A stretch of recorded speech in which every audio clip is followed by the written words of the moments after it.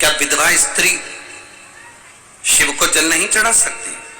क्या विधवा स्त्री शंकर के मंदिर नहीं जा सकती? क्या विधवा स्त्री पशुपतिनाथ व्रत नहीं कर सकती? क्या विधवा स्त्री शंकर जी का कोई व्रत नहीं कर सकती? मैं जलगांव की इस बेटी से निवेदन करना चाहूंगा, गायत्री तुकाराम पाटिल जी से, ऐसी कोई पुराण, ऐसा कोई शास्त्र नहीं है जिसमें लिखा हो कि विधवा स्त्री पूजन नहीं कर सकती।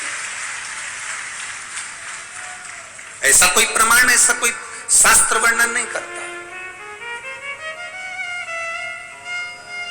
ये तो कर्म की गति है हमारी।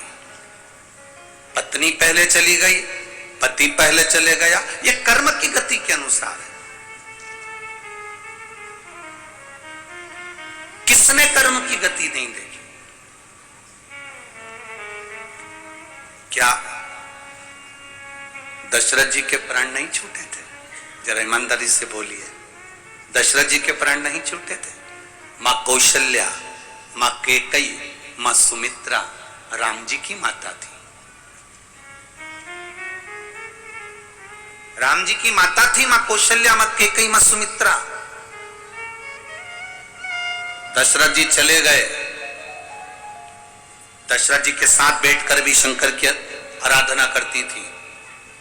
और राम जी वन चले गए, भरत जी कुटिया बनाकर रहने चले गए, शत्रुघ्न जी उनकी सेवा में चले गए, लक्ष्मण जी उनकी सेवा में चले गए।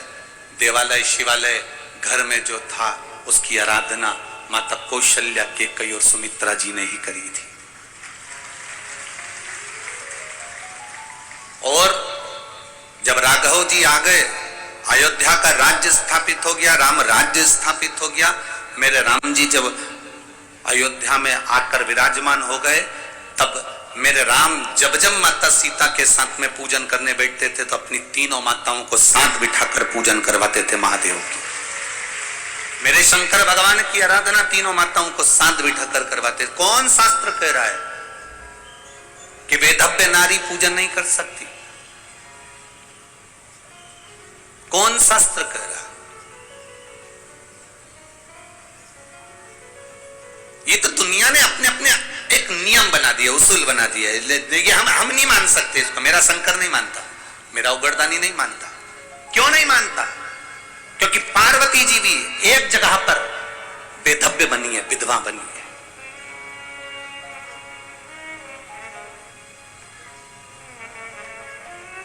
पार्वती जी भी एक जगह पर विधवा बन गई, वेधव्य बन गई। तो कैसे मान ले हम? जब मेरे गणेश जी महाराज को भूख लगी, षडानंद कार्तिकेय को भूख लगी, अशोक सुंदरी को भूख लगी, और भूख लगने पर उन्होंने अपनी मां पार्वती जी से कहा, मैया बहुत भूख लग रही है, भोजन दो ना मां। ब्रह्मा ब्रह्मलोक में रहते हैं, भगवान विष्णु बैकुंठ लोक में रहते हैं, इंद्र इंद्र लोक में रहते हैं, पर मेरे महादेव मृत्यु लोक में रहते हैं, पृथ्वी पर।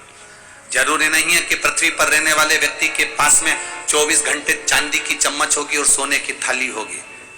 जरूरी नहीं कि पृथ्वी पर रहने वाले के पास में जिंदगी भर सुख रहेगा। शंकर भगवान पृथ्वी पर रहते हैं, इसलिए उनके जीवन में भी सुख दुख चलता रहता है, कभी अच्छा है कभी बुरा है। पार्वती जी ने भोजन के लिए शंकर भगवान को कहा तो शंकर जी तो नेत्र बंद करके बैठे थे, भोजन पर ध्यान नहीं दिया।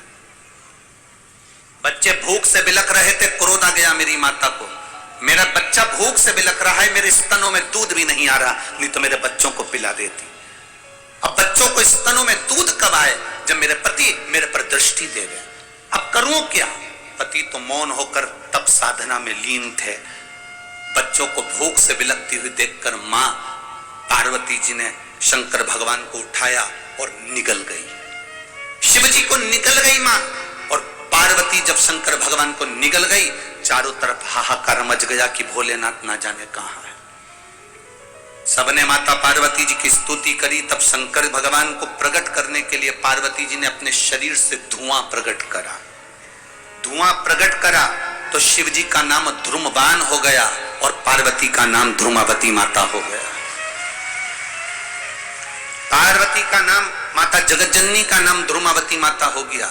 शिव जी ने कह दिया, पार्वती थोड़ी देर के लिए तुम्हारे पति तुम्हारे बीच में से चले गए थे, इसलिए तुम विधवा होगी, वेधव्य कहलाओगी।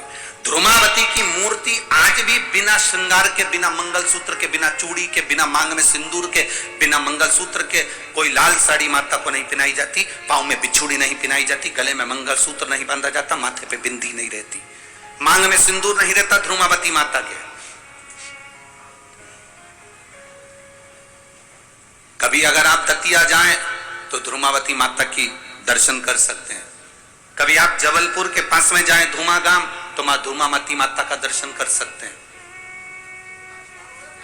धूमावती माता, तुम अपने पति को थोड़े समय के लिए निगल गई थी तो तुम बेदब्य स्वरूप में आ गई, पर ध्रुमावती, शिवजी कहते हैं ध्रुमावती तूने अपने बच्चों के कल्याण के लिए मुझे निगला था, इसलिए मैं तुझे वर देता हूं, तेरा दर्शन करने वाला दुनिया में कभी हार नहीं सकता, विजय प्राप्त करता है। भारत की भूमि के जितने राजनेता हैं, भारत की भूमि के जितने सत्ताधिपति हैं, भारत की भूमि पर जितने जितने ये राजनेता होते हैं, ये कहीं ना कहीं जब विजय प्राप्त करना होती है तो ध्रुमावती माता का स्मरण करते हैं। पीताम्बर पीठ जाते हैं, दतिया जाते हैं, ध्रुमावती माता के यहाँ जबलपुर पहुंच जाते हैं, धूमा गांव। तो अपने बच्चों के लिए मुझे निकल गई थी, अपने बच्चों का कल्याण करने के लिए। तो मां पार्वती जी से शिव जी ने कहा, भले तू वेदव्य स्वरूप में ध्रुमावती बनकर रहेगी, पर जो तेरा दर्शन करने आएगा उसके ऊपर तेरी कृपा दृष्टि अगर हो गई तो वो दुनिया में कभी नीचे नहीं जा सकता, ऊपर की ओर बढ़ता ही चली जाएगा। ये ध्रुमावती माता। तो मेरी बहन से गायत्री तुकाराम पाटिल जी से मेरा निवेदन है, कौन कह सकता है कि वेदव्य नारी शिव का जल नहीं चढ़ा सकती, या शिव उपासना नहीं कर सकती, या शंकर का भजन नहीं कर सकती? ये कर्मगति है साहब। पत्नी पहले गई या पति पहले गया, ये कर्मगति के अनुसार है। इसमें नारी का कोई दोष नहीं है। इसमें नारी का कोई दोष है क्या कि पति चले गया तो नारी का दोष? नारी ने क्या गला दबा के मार दिया जो दोषी कहलाए? ना, पत्नी चली गई, पति का दोष नहीं, और पति गया, पत्नी का दोष नहीं। शिव की आराधना में, शंकर की भक्ति में, शिव उपासना में, शंकर को जल चढ़ाने में मेरा भोलेनाथ ये नहीं देखता कि तुम क्या हो। शिव जी तो केवल तुम्हारे भीतर का स्नेह, प्रेम, श्रद्धा और विश्वास देखता है। स्नेह है।